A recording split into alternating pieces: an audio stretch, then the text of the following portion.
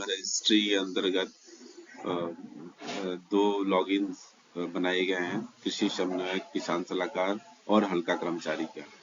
तो ये जो अपना लॉगिन है, सबसे पहले हम लोग कृषि समन्वय किसान सलाहकार के लॉगिन के बारे में बात करेंगे, फिर हल्का कर्मचारी के लॉगिन को देखेंगे किस तरीके से जो फार्मर रजिस्ट्री ऐप है उस पर काम करना है। क्योंकि इसमें 3 ऐप की आवश्यकता होती है, ऑपरेटर BHFR जो फार्मर रजिस्ट्री का ऐप है वो, दूसरा आधार फेस RD और तीसरा है आपका हस्ताक्षर ऐप। तो ये फार्मर रजिस्ट्री का बेनिफिट है। इसमें KCC, PM किसान स्कीम और प्रधानमंत्री फसल बीमा योजना और जितनी भी सेंट्रल गवर्नमेंट की स्कीम्स है सबको इससे लिंक किया जा रहा है, और उससे जो उसी फार्मर रजिस्ट्री के माध्यम से, फार्मर ID के माध्यम से इन स्कीम्स का उनको बेनिफिट किसानों को मिलेगा। इसके लिए जो है जो वेब पोर्टल है, वेब पोर्टल के माध्यम से हम कर सकते हैं, और दूसरा जो ऐप है ऐप के माध्यम से कर सकते हैं। तो इस वीडियो में हम ऐप के माध्यम से देखेंगे। फार्मर्स को जो है अपना आधार, जमाबंदी का कागज और ये मोबाइल नंबर, ये तीनों लेके आना होगा, और कृषि समन्वय किसान सलाहकार जो है इनकी जो KYC सत्यापन का काम है वो उसको पूर्ण करेंगे।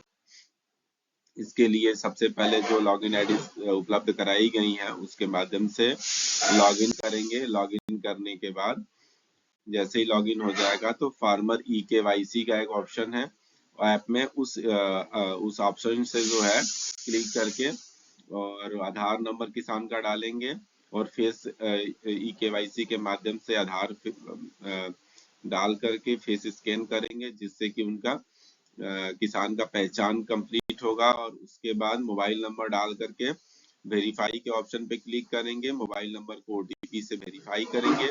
वेरीफाई करने के बाद आधार से ऑटोमेटिक किसान का विवरण प्रदर्शित होगा, जिसमें किसान की कैटेगरी चूज करनी है, और चूज करने के बाद नेक्स्ट करेंगे तो पिन कोड और डिटेल्स जो एड्रेस की है, विलेज की है, वो सही प्रकार से चुनकर उसको सबमिट करना होगा।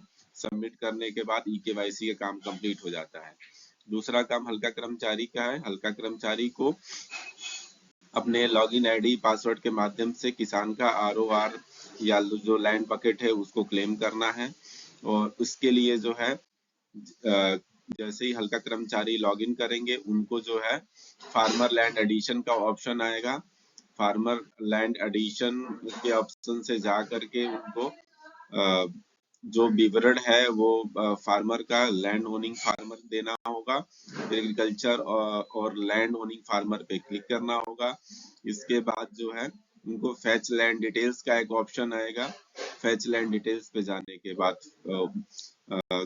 जो स्टेट, डिस्ट्रिक्ट और विलेज है और सर्वे नंबर या प्लॉट नंबर है उसको डाल के फैच करेंगे। फैच करने के बाद उनको उस सर्वे नंबर से जितने भी उस विलेज में ओनर होंगे, owner and identifier name means उसके फादर या हस्बैंड का नाम प्रदर्शित होगा, और जिस किसान का लैंड बकेट क्लेम करना है उसका नाम यहाँ से सेलेक्ट करना होगा।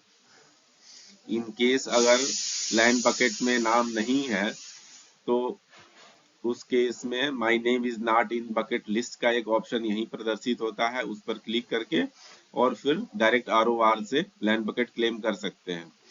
तो यहाँ से 100 लैंड डिटेल्स से क्लिक करेंगे तो जितनी भी लैंड डिटेल्स उस विलेज में होगी उसको प्रदर्शित किया जाएगा। उसको 1 बाय 1 हल्का कर्मचारी को वेरीफाई करना है।